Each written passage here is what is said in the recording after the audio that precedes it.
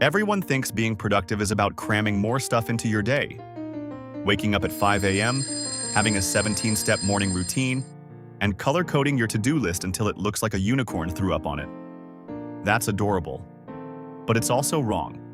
The secret to getting extraordinary things done isn't about doing more. It's about becoming brutally, unapologetically good at doing less. Here's the problem. Our brain's default setting is distracted squirrel who just found an espresso bean. We spend our days reacting, replying to an email that could have waited, agreeing to a meeting that should have been an email, spending 45 minutes deciding what to watch on Netflix before giving up and scrolling on our phones. We do this because we make decisions based on what feels important right now, not what actually matters in the long run. We're worried about what our boss thinks, what our friends think, or whether that tiny detail is absolutely perfect. This is not a strategy. It is a surrender. So let's reframe this. Productivity isn't about becoming a better, faster worker bee. It's about becoming a ruthless bouncer for your own life. Your time and attention are the exclusive club. You stand at the door and you decide who and what gets in. Your new job has 4 main rules. First, the 100-year-old test. Before you start a task, ask yourself, would 100-year-old me sitting on a porch somewhere care that I did this? Would 100-year-old you care that you spent a weekend repainting the living room for the 3rd time? Maybe, if they value a pristine house. Or would they rather you spent that time hiking with your family?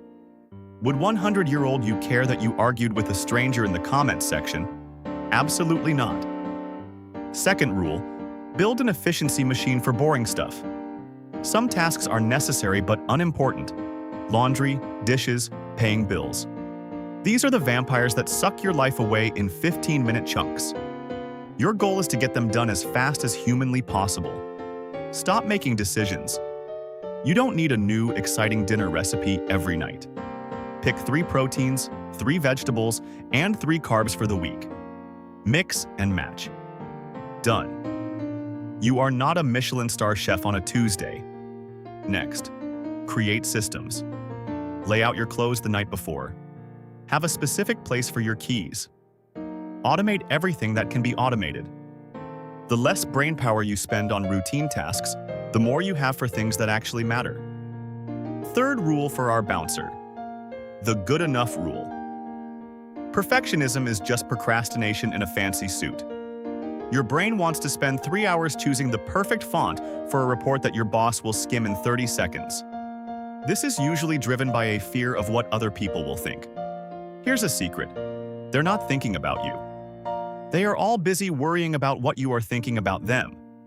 Before you obsess over a detail, ask, will this actually change the outcome? Will adding a fancy border to that report change your boss's decision? No. Then it doesn't get into the club. Done is better than perfect. And the 4th most important rule, the energy vampire test. Some people are emotional black holes. They complain, they criticize, they create drama.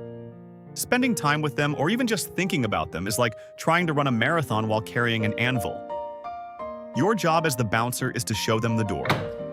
Sometimes you can't avoid them, like a family member or a coworker. In that case, try to understand why they're a walking rain cloud. Not to forgive them, but to put the file away in your brain so you can stop thinking about it. If that doesn't work, create boundaries. If they criticize your cooking every time they come over, then they don't come over for dinner anymore. Simple. And if someone is so toxic that you can't stop thinking about them, add them to a list. An actual list. Call it your adversaries list. It sounds dramatic. It is. But it lets your brain close the tab, knowing you'll deal with it later. Maybe you'll understand them one day. Maybe you'll just use their memory to fuel your world domination. Whatever works. Okay, so you fired half your to-do list and ghosted your most annoying friend. Now what do you do with all this glorious free time and energy? You don't just sit there. You use the gaps. Those 5 minutes waiting for the microwave aren't for scrolling. They're for brainstorming one idea for your project. The 10 minutes in line at the coffee shop are for outlining a difficult email. These little moments add up. You also diversify. Stop putting all your energy into one basket. Work on a few different projects or learn a few different skills at the same time. This isn't about being scattered, it's about being smart. When you get stuck on Project A, you don't stare at a blank wall in despair. You just pivot to Project B. You're still moving, and your brain starts cross-pollinating ideas like a busy little bee, leading to more creative solutions for everything. And finally, you use this newfound energy to fail. A lot. The goal isn't to be perfect. The goal is to try something, mess it up, learn why it messed up, and then try again, failing slightly better next time. Every failure is just data. So, being extraordinarily productive isn't about hustle culture or 4 a.m. morning routines. It's about being the strict, slightly scary bouncer at the door of your own attention. Stop trying to do everything. Start filtering for what actually matters. Your 100-year-old self will thank you for it.